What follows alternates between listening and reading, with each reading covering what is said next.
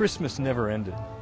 What if the love, the joy, the goodness continued throughout the year?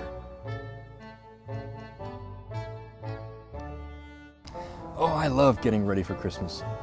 I complain about it every year, but that's my Christmas tradition. I complain about the economy and how I'm going to pay for Christmas.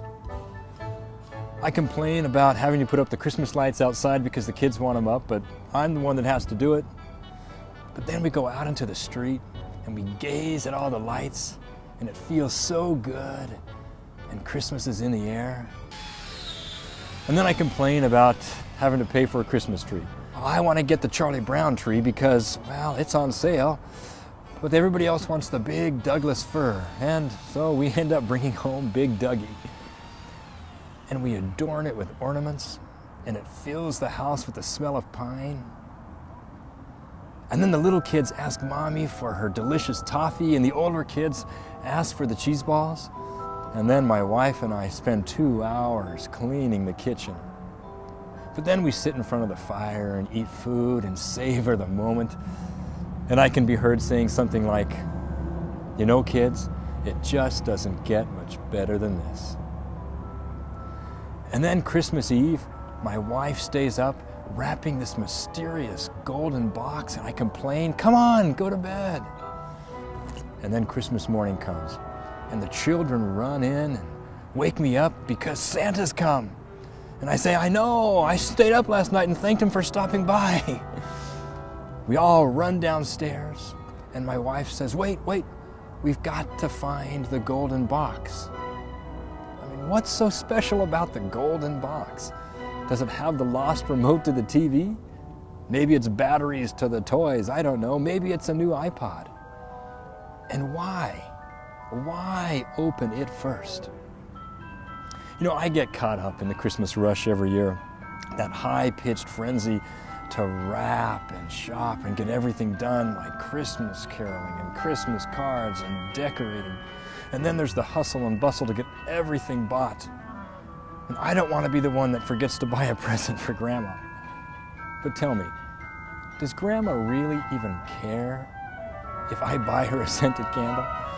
But I wait in that checkout line with 52 other people who become like old friends because we've been there for 45 long minutes. But it's so worth it. You know, in some demented way, I'm wedded to this whole experience of rushing around. I love it. Actually, there's a glimmer of hope to all of this consumerism, because it points to something. It's a sign of something greater, far greater than you and I. A sign is just that, it's a sign. It points to something else. The problem is we get caught up in looking at the signs of Christmas and forget about seeing what's inside that golden box. Don't get me wrong, I love the lights, I love the parties, I love the trees and the laughter. But that's not the point. It's all a sign. It's a sign that's going off over and over again saying, "Hello, wake up! Look to the golden box."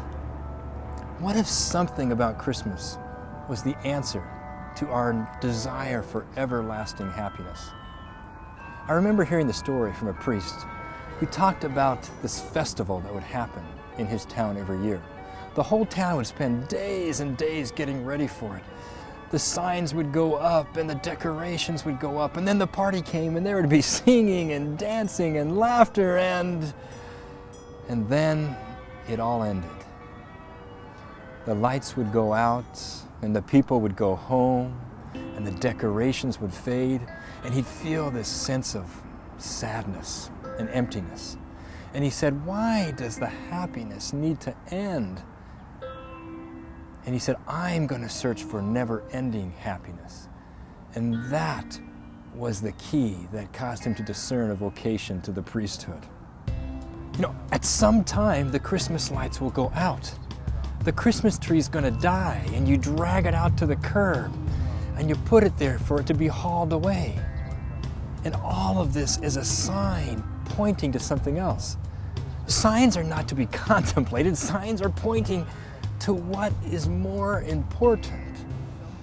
The danger is we turn to the rest of the presents under the tree without inviting the real meaning of Christmas into our hearts.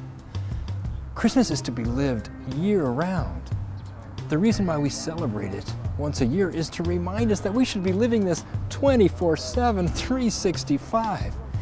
Christmas is not some random day in December. Oh, I wish you a happy day. Christmas is a lifestyle that leads you, that leads me to everlasting life. Christmas changes lives. The Christ of Christmas changes a person from being a person of selfishness and worry to a person who's full of love and joy and peace. What if we don't go back to life as usual after Christmas this year? I mean, what if we invite Christmas into our hearts? It won't take away all the struggles and the limitations we have, but it will help us through those struggles. May we find that golden box under our tree. May we open that present and meet the God of love. May His presence fill our hearts so that that joy and love becomes a way of life, so that the contents of that box becomes a lifestyle. And Christmas never ends.